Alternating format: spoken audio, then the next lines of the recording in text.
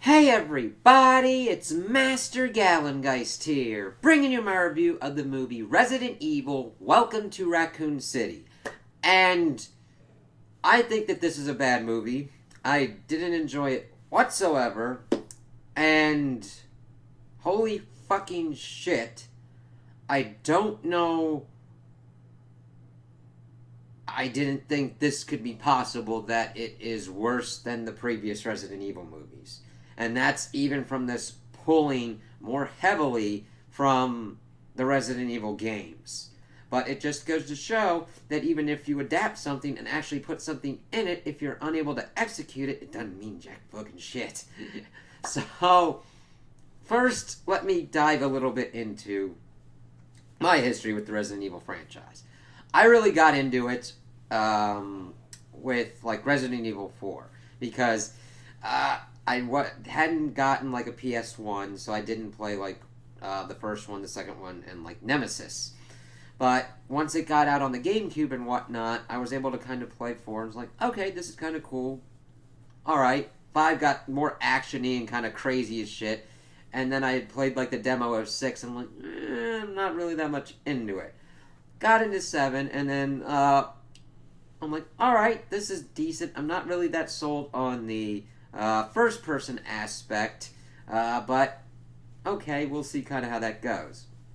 And then talking with Reaver of Jill Sandwiches, he had changed his name, but you can tell he's a really big fan of Resident Evil. He really got me into like the other aspects, and I was able to buy and play through like the remake of Resident Evil 1, of course, remake of 2 and 3, understand their differences and their nuances from like the originals, and really get a deeper appreciation for the series.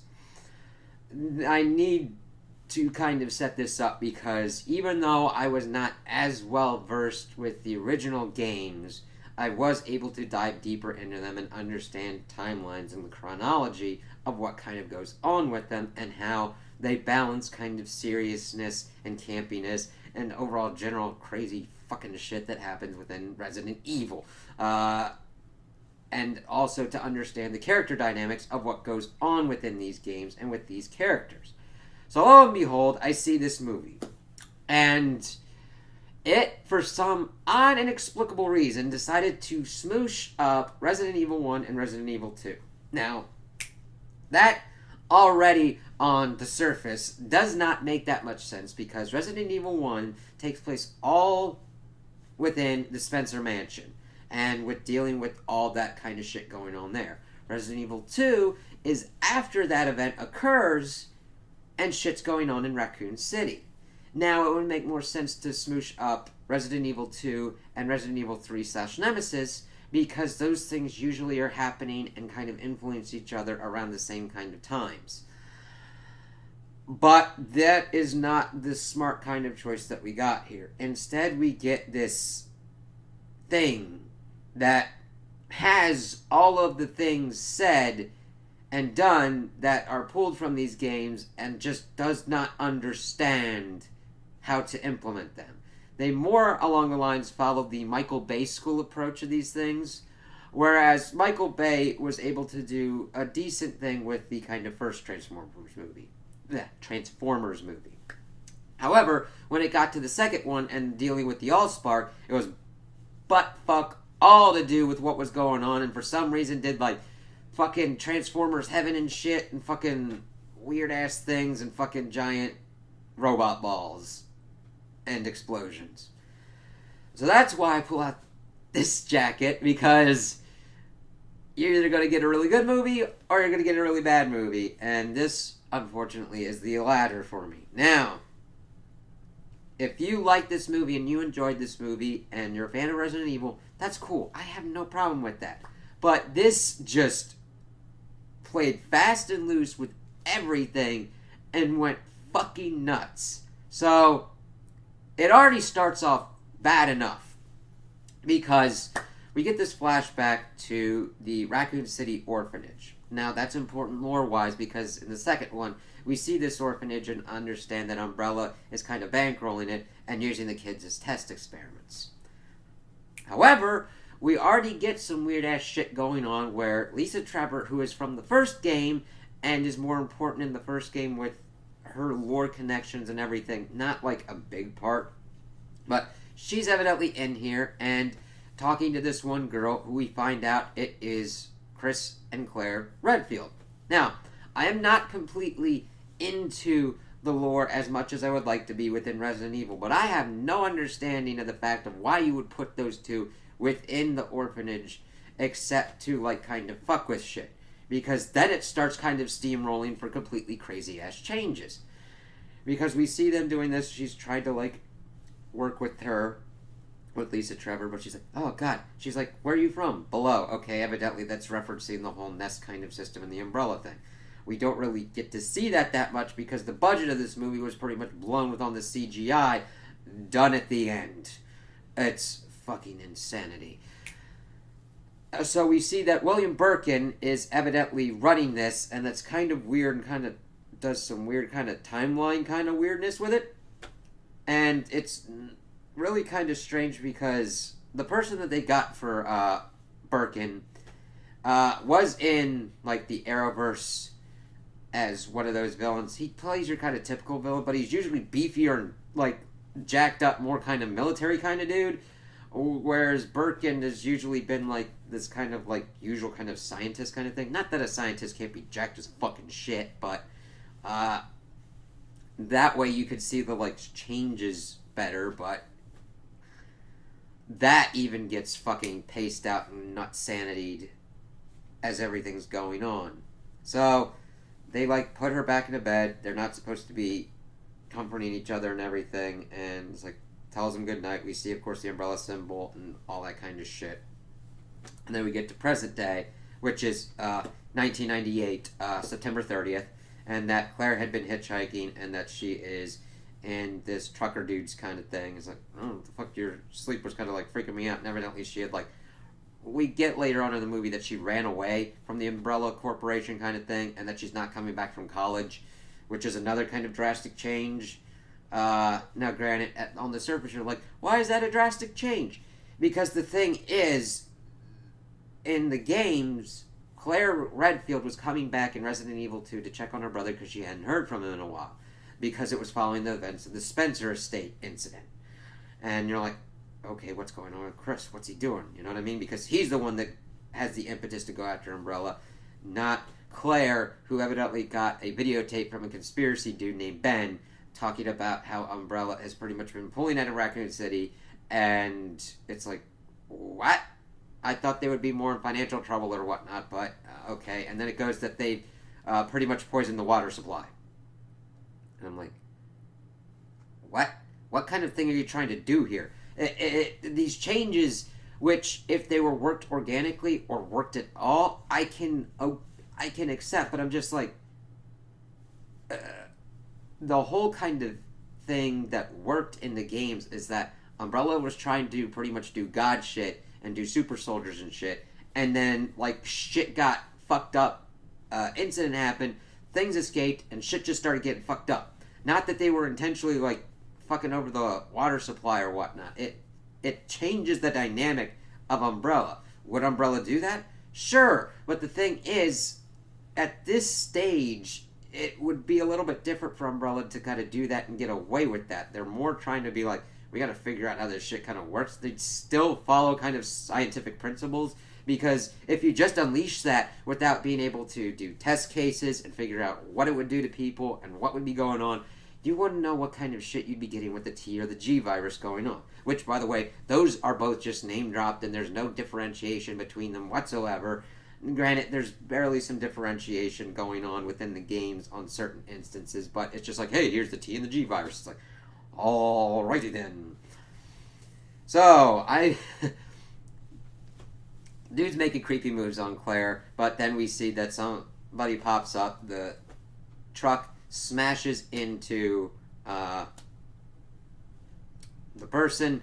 Dude's like, oh fuck, oh shit, oh fuck, oh shit, and it's like, wow, your writing for this dialogue for this dude is just fucking great. Because that's the thing. The writing is, and the direction is just not here, man.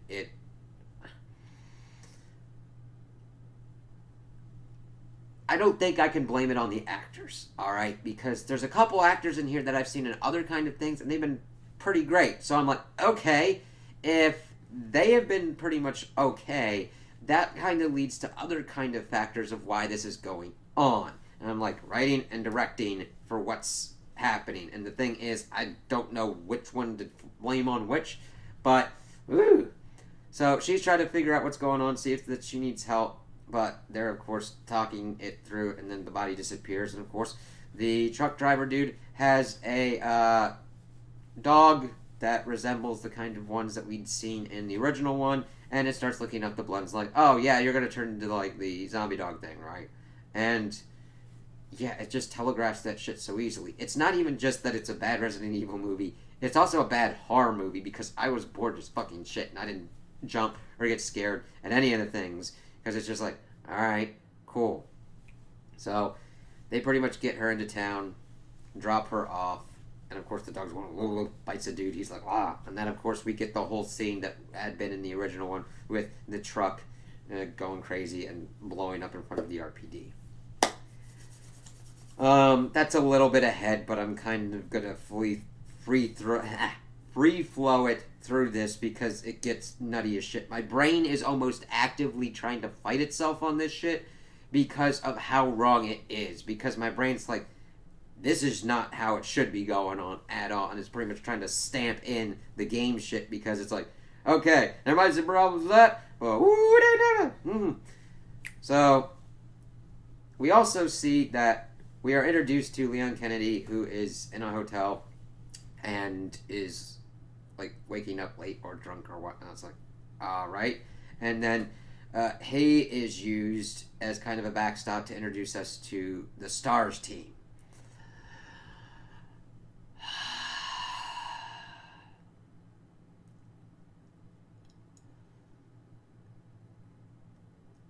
Just even like saying that sentence hurts me on a fundamental level, because again, Leon didn't interact with the STARS team because that incident had happened prior and the STARS team had been kerfuffled before.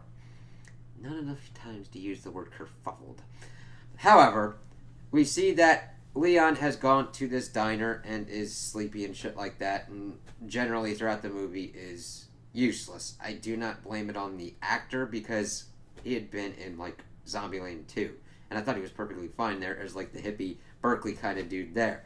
Here, the script and the direction for him is that he is useless as fucking shit. Like, I understand that Leon Kennedy is the rookie, alright?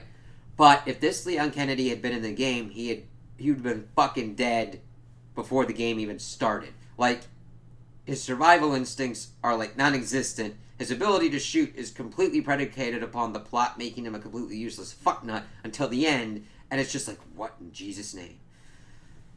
But that's... we get through that. So, we see that he is in the same diner that has Wesker, Jill Valentine, and some dude named Richard because... I don't even know. Barry Burton isn't in this. I'm like, alright. Oh God, it pains me. And we see that Wesker, if I did not tell you his name is Wesker, it would be like generic dude. Because for some reason, him and Jill Valentine have some kind of buddy fucking thing going on. And this is, of course, where we get the Jill sandwich line. Just thrown willy-nilly, not even having... Jill in the fucking Spencer Mansion. We don't get into the Spencer Mansion until like an hour into the fucking film. We don't even really get zombies until then. We just get people acting kind of sick and just kind of weird. It's like, oh, Jesus Christ. God damn it. And they seem really chummy in that almost that they're like, friends with benefits at least. But we see them like doing all this kind of shit.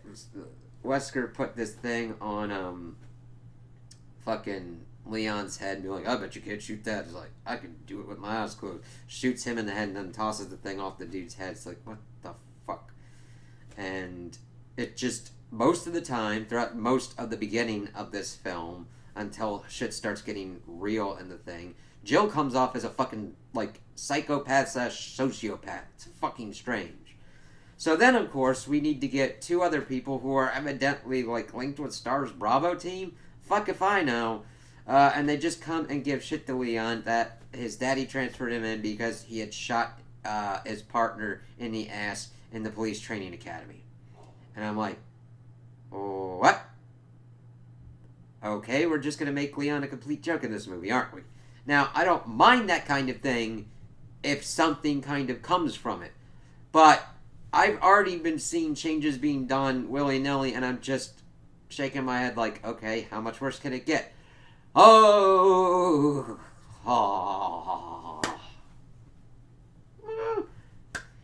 So much worse.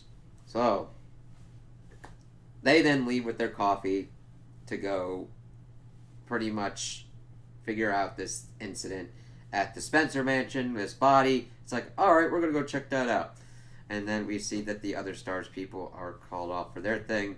Leon talks to the lady, and of course the town's dying because Umbrella's pulling out. The lady's eye is bleeding. She's like, he's like, hey, don't you want to get that checked out? I was like, yeah, if I could. And then, of course, a bird rams in the window because it's infected, and it's like, alright, Claire gets to Chris's house, and we spend an inordinate amount of time of her trying to figure out how to get into the house, seeing into a neighbor's house and see a boy with hair falling out, and then see the mom being like, wow. So she breaks into there. She's been banging on, like, the doors and shit, and I'm like, yeah, if Chris was in there, he should have heard that. But, of course, Chris comes down. It's like, yeah, okay. So we get pretty much info dump of that. Chris pretty much has a, like, fatherly relationship with Birkin, which makes no fucking sense, but okay. She's like, I gotta show you this, that Umbrella's doing crazy shit to this, because I met this dude in a chat room, and of course, since it's in 1998, we have to have all the fucking 90s dropped shit. It's like, Chris, like, what's a fucking chat room? Where you go and you chat with people? Sweet baby Jesus. It's like, granted, I was young as shit in 1998, but even I could get onto the fathomable kind of understanding at this point of, oh, okay, you talk to somebody on the internet. Communication. Kind of like a phone. It's not like it's fucking insanity here. But she evidently got a VCR tape of a conspiracy theorist dude being like, yeah, they're fucking doing shit in the water, man, because they don't give a shit about us. And it's just like, alright, you just essentially used a VCR to use a VCR because it's in, like, the ass crack end of the 1990s to info dump that they're doing shit in the water, and it really hasn't been affecting Chris because, of course, he's with the Umbrella kind of stuff with Stars and everything. So it's like, yeah, all right. He's like, yeah, I gotta go to work. He's making shit about her being able to lockpick, and see, this changes the dynamic because they don't meet each other there. They meet each other in other places, and her driving it with the Umbrella thing, and him being so staunchly with Umbrella kind of people, it just doesn't really work. Mainly because of the content of what they're working with. It's just like, Chris, I'm telling you all this. It's like, I don't give a shit. It's like, mainly because I guess it's not affecting him or whatnot, but he's like, there's no kind of like back and forth of understanding of this.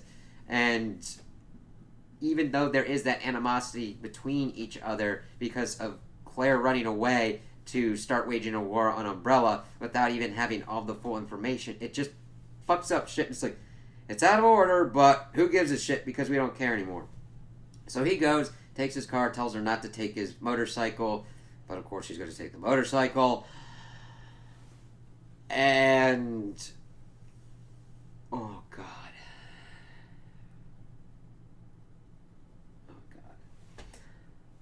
We get this whole thing with that she had unlocked both of the doors. We see the kid rushes and be like, you're the one that's not safe. And we see that his mom had writ Itchy and Tasty on the door in blood, and then ran at her kind of zombie-like, but not really a zombie. And she was able to get away, get on the motorcycle, and fuck off. But then we see that everything's going to shit. Birkin is trying to console his daughter at night, but he, of course, gets a phone call that is so fucking short. It's like, there's been an issue, probably. It's like, we gotta get out of here. And Birkin recognizes Claire, and as they're crossing paths, and then they kind of go away. Oh. So, we then start to get the kind of investigation into the Spencer mansion. We see most of the Star's people there. We get Chief Irons, which really doesn't work because we don't really get much of Irons until like 2, but he's just being the boss, be like, yeah, we're gonna go investigate this shit, but like Wesker gets a page, it's like, the time is now, check your locker for more info. It's like, alright, because we haven't really had any of that planned before. And then Irons starts dumping all of these fucking 90s references, and I'm like, this is what you wrote and you told this person to do? Now granted, I don't have a problem with the actor, because he was in What We Do in the Shadows, and Blade and everything. Like, oh, okay. And just what he's given with them here, like, whatever, fine. And of course, they're giving shit with Leon because he's called everybody in, but not Leon because somebody's got to be at the desk in case something goes weird, and they just fucking yell. He yells at him and is like, whatever.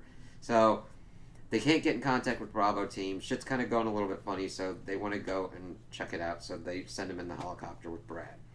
Wesker gets a PDA that literally fucking tells him how to get through the plot. Like, there's a difference between using a walkthrough in a video game and being essentially told the way to, like, go through a plot, and it's just fucking, like, this PDA has all the information you need to do whatever the fuck the plot demands you to do. And it's like, sweet God in heaven, fuck me. So, they kind of go off to do their thing. It hurts. It fucking hurts. Somewhere in here, we start getting things to, like, spatter out. We get, like, timestamps and everything. Claire pops up at the RPD place in a little bit because she kind of disappears for a little bit. So, we get the whole tractor trailer thing. Leon is literally just asleep with fucking headphones on and doesn't recognize or see that this thing going, like, a fucking tractor trailer explodes in front of him, and somehow the dog survives to go give us a dog scare later on. And then still doesn't notice it until, like, the zombified dude is walking on fire into the place, and it's pretty much, like, on Leon. And it's Chief Irons that, like, shoots him and is like, yeah, fire extinguish that, lock the front door and everything, and then they go and kind of look at everything. Irons is like, yeah, things are going to shit, so, you're in charge now, motherfucker, and goes away, gets into a place to pretty much show us that, like, Umbrella is locking down the town, and it is hard as shit to fucking see everything going on. Then Chief Irons comes back, dog pretty much tries to eat him, he fires everything off. Claire comes in, bashes the dog to death with a fire extinguisher, and Leon's like, put your gun down, and she's like, I don't have a gun.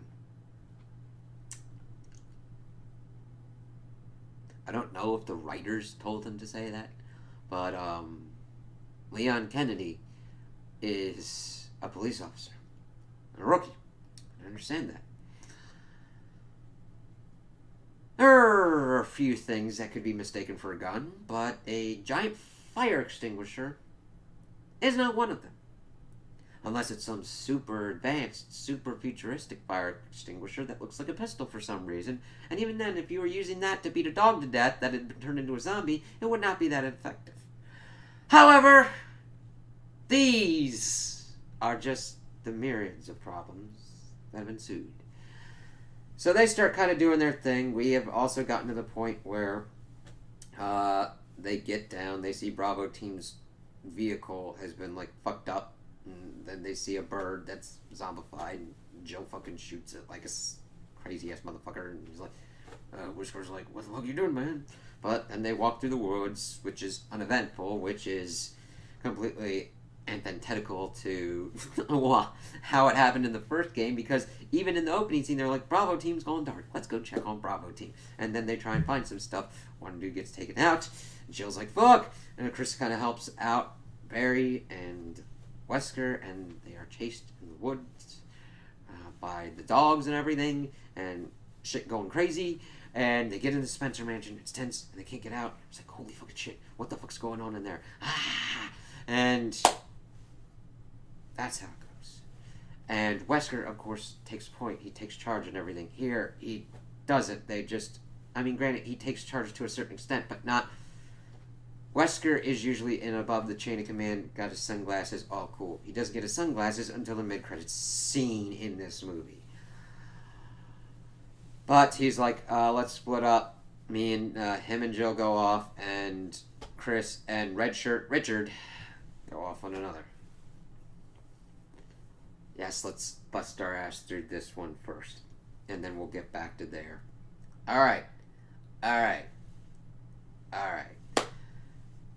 They find one of the Bravo teams being munched on, so we get the classic kind of zombie thing, and they try and shoot him, but of course they don't go for a headshot, and immediately it's like, what the fuck? And this is where the zombie action kind of ramps up, but it's just really strange how they do the zombie action, because the effects aren't really that good for them, in my opinion. They just look like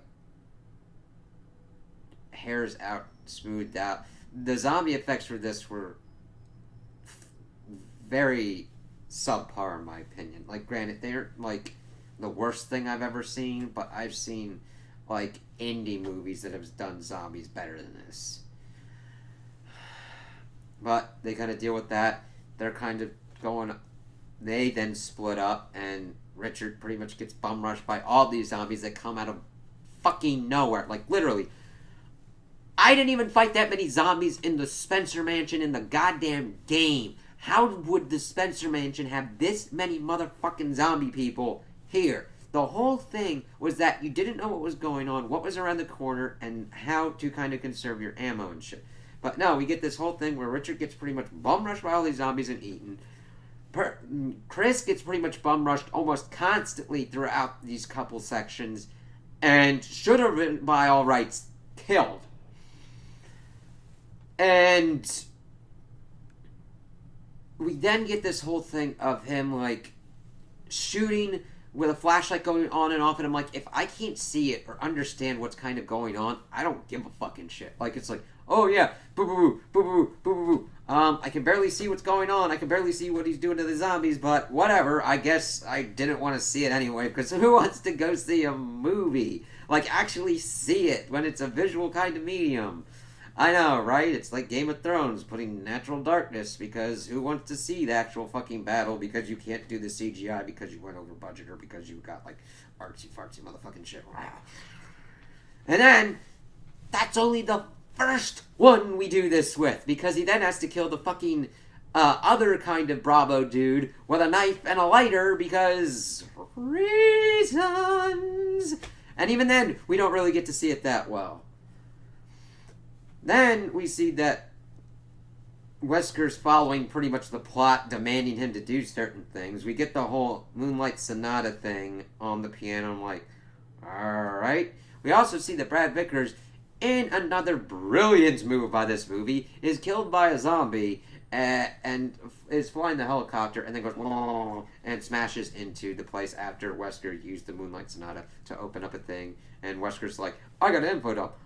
Yeah, I was gonna get paid money by this whole thing, and I don't mind you guys, but I want to get out of this fucking shit whole time. It's like, but what about us? It's like, I've got no connection to these characters, because even though these have all the names of the Resident Evil characters, and I am connected with them, these are not them. And it's like, okay, throughout this whole movie, why the fuck wouldn't he want to get out of this weird-ass town, because all this shit going on, and just what's going on? You somehow make Wesker seem like the most reasonable one here, even though towards the end he starts just like killing people. Now, granted, not stars people, but it's like, alright, whatever. Because Wesker is a sociopathic douchebag. He will do everything for himself and to give himself an advantage. All day, every day, no matter what. That's how his shit rolls. And it's really kind of weird, because towards the end, there's actually a decision. He's like, yeah, I wouldn't shoot a kid. I'm like, actually, I think Wesker would shoot a kid. And it's really kind of weird where I'm like, alright. Because that's the kind of fucked up asshole that Wesker is. I mean, shit, he was gonna fucking, in Resident Evil 5, unleash a bioweapon across the entire world for survival of the fittest kind of thing. Then you had to keep punching a couple boulders and throw his ass in the fucking lava and end it. And it's just, alright, do whatever you want to do. So Jill's like, no. And then goes off to find Chris, helps Chris out. Like, yeah, Wesker left us, he's being a douchebag. But I think it's the only way out. So they go that way.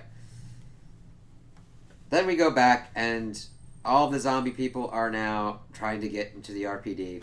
And Jill's like, yeah, let's, not Jill, fuck me.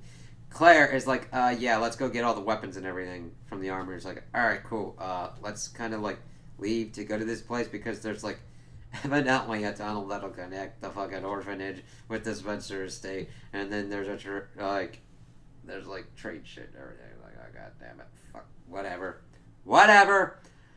They needed to get to the Spencer estate because they had to anyway, because this movie has decided to fucking do anything and everything to fuck it all up. Go for it. So they go down. Claire gets her shotgun. He gets his jacket thing. They hear someone yelling. And we get the whole another sequence where they just completely shit on Leon's character, because we see conspiracy theory guy is down there like, yeah, get me out of here, because there's like this dude, he's like coughing up blood and shit. He's like, gets up there. The dude's able to get his gun. He's like, yeah, go get the keys and get me out of here. Leon goes in there. It's like, all right, cool, whatever. Zombie eats dude's ass. Claire's able to shoot at the zombie but not kill it. Leon's able to get his gun back, and she's like, yeah, you better keep this on you or you're gonna get fucking killed. And then he like shoots all the bullets at the one zombie. He's like, yay, effective use of ammo. And then of course we hear that the zombies are all coming in, so they're able to get out through the one area. We get shotgun corridor shit, which is just fucking stupidly shot. It's like they only had certain places that they could do and certain amounts of effects, and they are not able to utilize them effectively whatsoever. It's like, fine, whatever. End me. God, end me. And they're able to get to the orphanage place. However, we then are introduced to the liquor, which eats and kills Irons, who is not really Irons, but whatever. And then it's going after Claire and Leon. But then Lisa pops back up again and is able to kill it too by just using her board and like ripping its head off. Well, not off, but putting the board in between its mouth and fucking taking its head off that way. She recognizes that Claire's a friend and gives her the keys that have the little kind of things like the heart, the flower, the clover, all that kind of stuff. I'm like, you're just pissing me off at this point. I don't mind fan service when it's done well and executed well, and it's a nice callback or it's a nice little thing that you get. Like in Avengers Endgame, when you have Captain America wielding Mjolnir, saying Avengers Assemble, seeing all these kind of like things pop up, and just you get really effective kind of things from all these kind of stories as people just working together. That doesn't happen here. It's just like, oh, okay.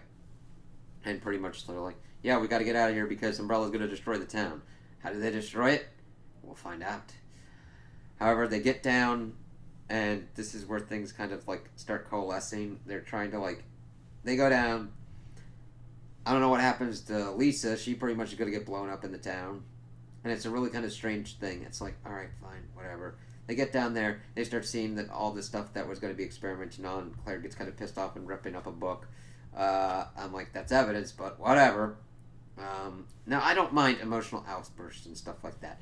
But I would think that she would, like, bang on something else or whatnot, that you would have the frame of mind to, if you're going to try to take down Umbrella Corporation, you would kind of want the thing that proved that they were fucking experimenting on kids.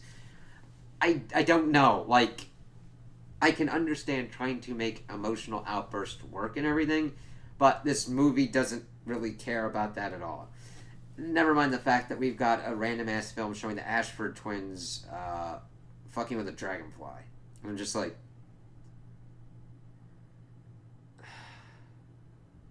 why do you do this?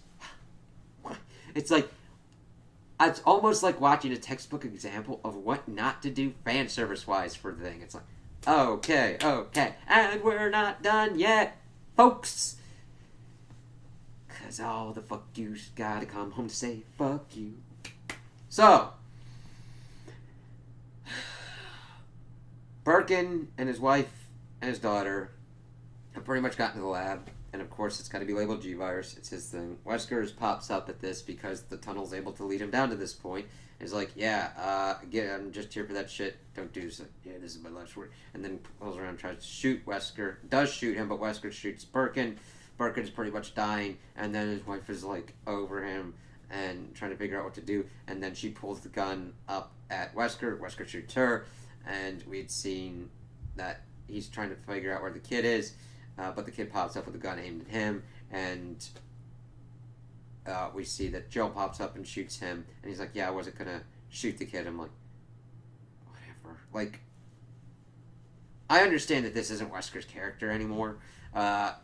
None of these characters were the characters from the Resident Evil franchise, but as I've explained, Wesker is a complete and utter tool bag. He would have done it and would have made it cold-blooded as shit because it's the survival of the fittest in his mind. He does not give a shit. He believes he is better than people and will prove it that way.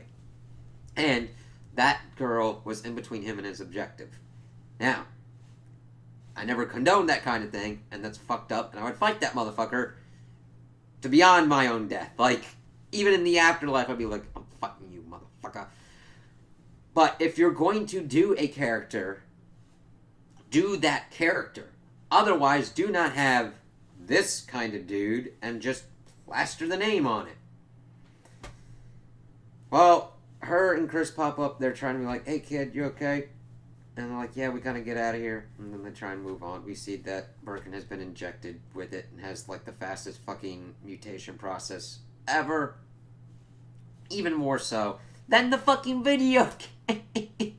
Like, at least when I can watch a movie and then look at the video game and be like, wow, that actually took more time for this, like, mutation process to kind of work out.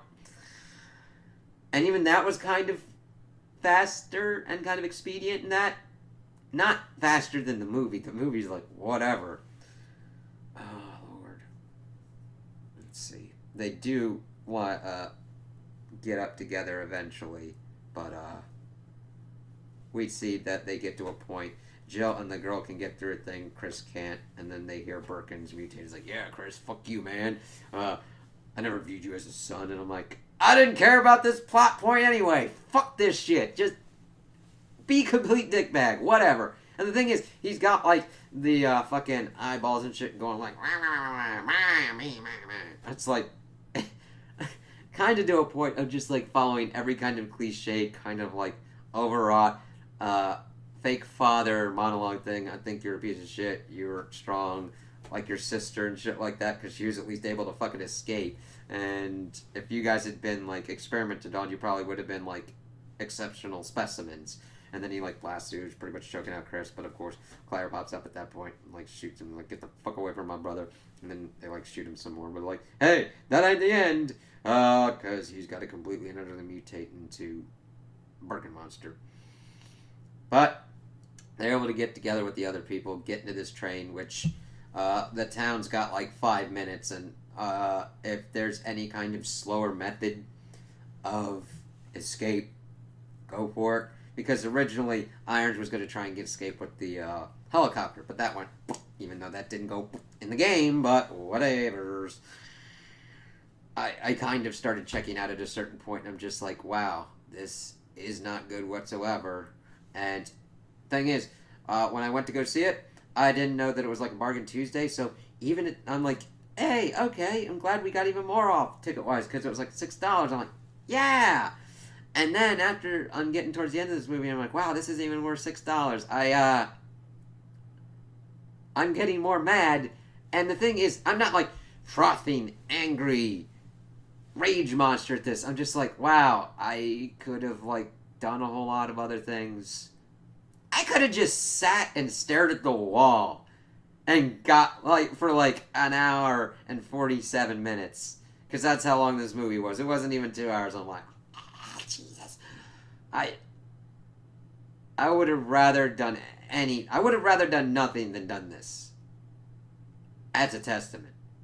I'm like, oh, okay. I could have rather just played the games on my console.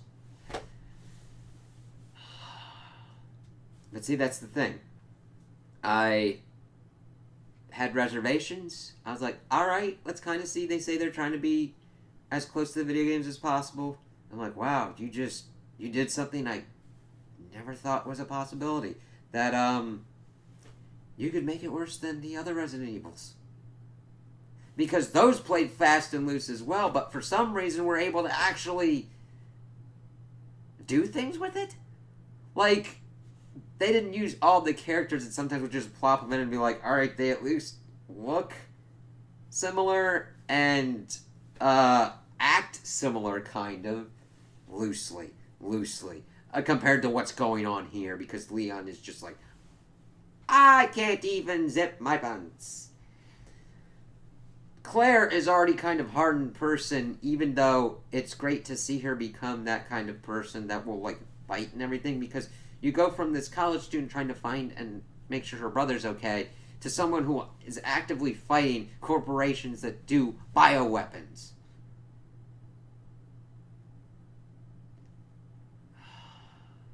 Alright, so let's finish this shit.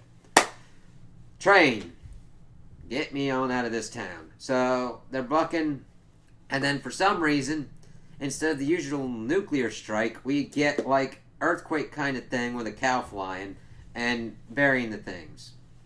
Why is this important? Because with all the time frame and everything going, Wesker has recently just died. His body would have been buried in whatever the fuck was going on. And that death scene being completely different in the game, I'm just like, alright, fine, whatever, you don't give a shit. I don't give a shit. Oh,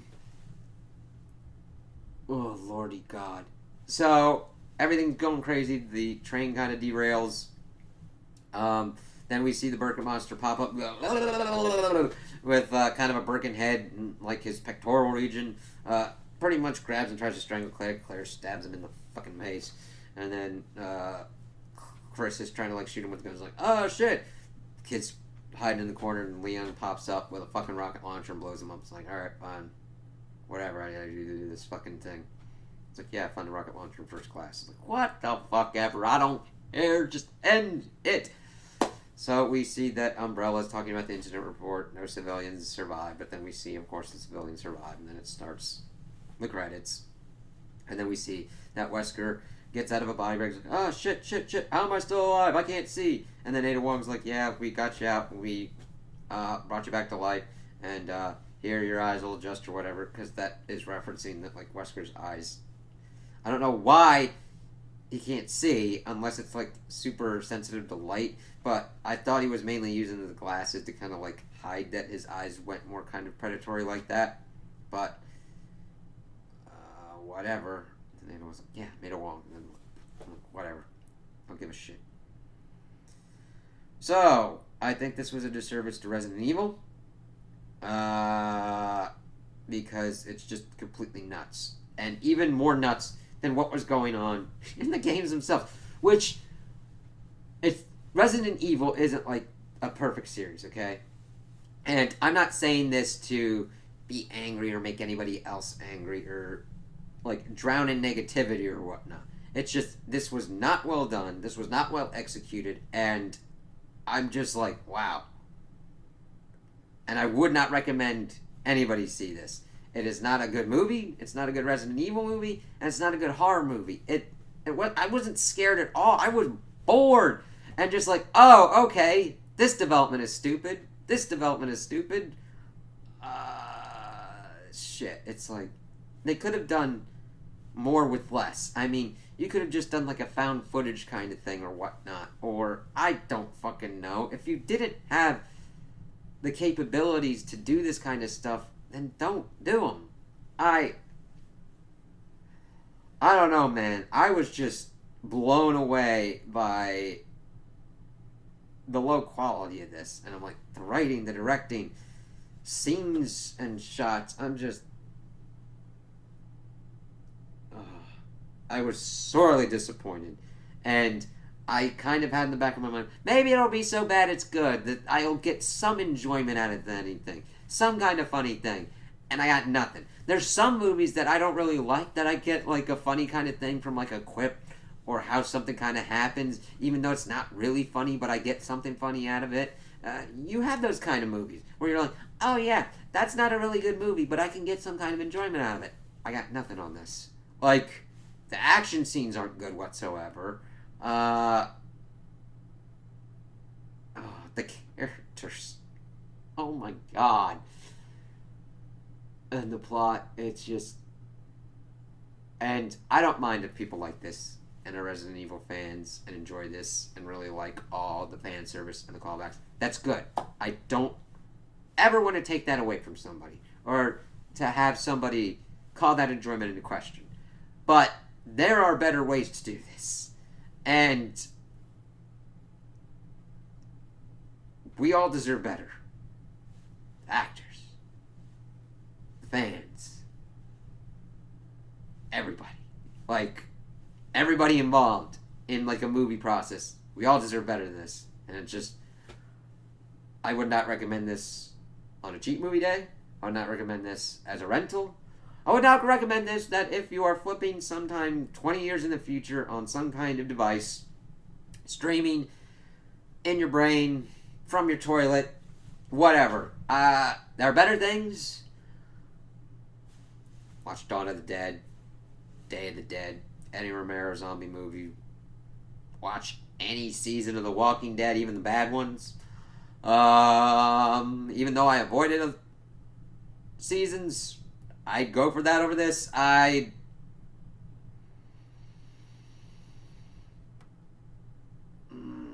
almost recommend Teletubbies over this. Because at least you get something out of the Teletubbies. And I just don't like saying that. You know what I mean? I love talking about, like, the positives of things and, like, really get into, like, what things are done right and everything. And I mainly talk about it when a film does weird, crazy, bad things, just to be like, okay, I'm not saying that you are bad, but, like, learn from these and try and do better, you know what I mean? Because I'd always like to give that chance. I don't want to keep talking about the same thing over and over and over again. It's just maddening. But this, whew. Ugh. And especially with, like, my newer found appreciation for Resident Evil. No. There are better things to do with your time. So those are my opinions on the movie. Tell me what you guys think in the comments below. If you liked it, if you didn't like it, if you agree with me, if you disagree with me. Also like and subscribe, and I hope you have a good day.